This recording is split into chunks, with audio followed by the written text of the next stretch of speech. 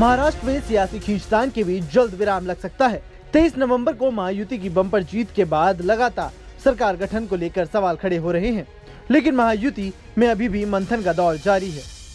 लेकिन अब माना जा रहा है कि महाराष्ट्र में नए मुख्यमंत्री के नाम से पर्दा उठ सकता है। मुंबई में बीजेपी की संभावित बैठक के बाद नए सीएम के नाम का पेच फंसा हुआ है। नई सरकार के गठन की कवायद भी अंतिम फेज में है।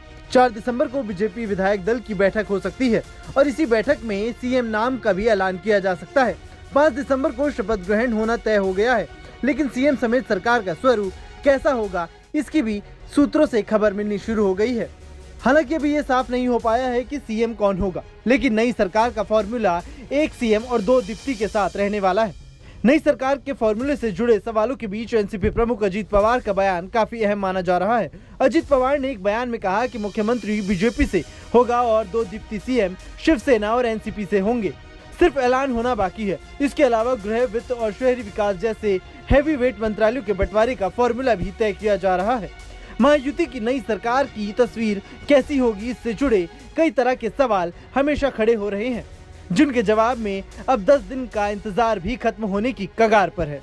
महायुति की होने वाली बैठक में सीएम फेज से लेकर पावर शेयरिंग पर भी चर्चा की जाएगी। किस दल से कौन मुख्यमंत्री होगा और कौन उप मुख्यमंत्री और किसके पाले में कितने मंत्रालय जाएंगे, इस पर अभी फाइनल मोहर लगनी बाकी है। उसके बाद बीजेपी विधायक दल के नेता तय करेंगे कि 4 दिसंबर को पार्टी विधायकों की बैठक हो सकती है। इन बैठकों में नेता सदन के नाम पर भी मोहर लगेगी। अभी ये बैठक सोमवार या मंगलवार को होने की चर्चा थी, लेकिन महाराष्ट्र में अभी अटकलें जारी है। शनिवार को महाराष्ट्र के बीजेपी अध्यक्ष चंद्रशेखर बावनकुले ने जानकारी दी थी कि नई सरकार का शपथ ग्रहण समारोह 5 दिसंबर को होगा। उन्होंने अपने एक्स पोस्ट पर शपथ ग्रहण समारोह की जानकारी साझा की थी। साथ ही ये भी संकेत दिए थे कि प्रधानमंत्री नरेंद्र मोदी भी उस कार्यक्रम में शामिल होंगे। लेकिन अब सवाल ये कि उस दिन सिर्फ सीएम शपथ लेंगे या फिर उनके साथ डिप्टी सीएम और अन्य मंत्री भी शपथ लेंगे, ये अब तक साफ नहीं हो पाया है।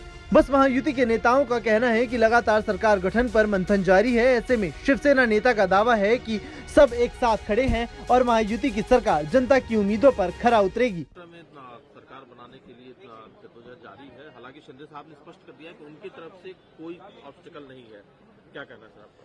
नहीं, देखिए, शिंदे साहब ने कल ही बोल दिया कि महाराष्ट्र की जनता ने बहुत बड़े पैमाने पर वहां पर हमको जो मैंडेट दिया है उसका आदर करते हुए सरकार बनाने में शिवसेना की ओर से और हमारे मुख्य नेता और मुख्यमंत्री एकनाथराव शिंदे जी की तरफ से कोई भी प्रॉब्लम उसमें नहीं है। अभी बीजेपी की अभी तक बैठक नहीं हुई है। उनका गठन नेता जो चुनना होता है, सभागृह का नेता चुनना होता है, तो उसकी बैठक अभी तक नहीं हुई। निश्चित रूप से उनकी बैठक होने के बाद में उसका निर्णय जल्दी हो जाएगा।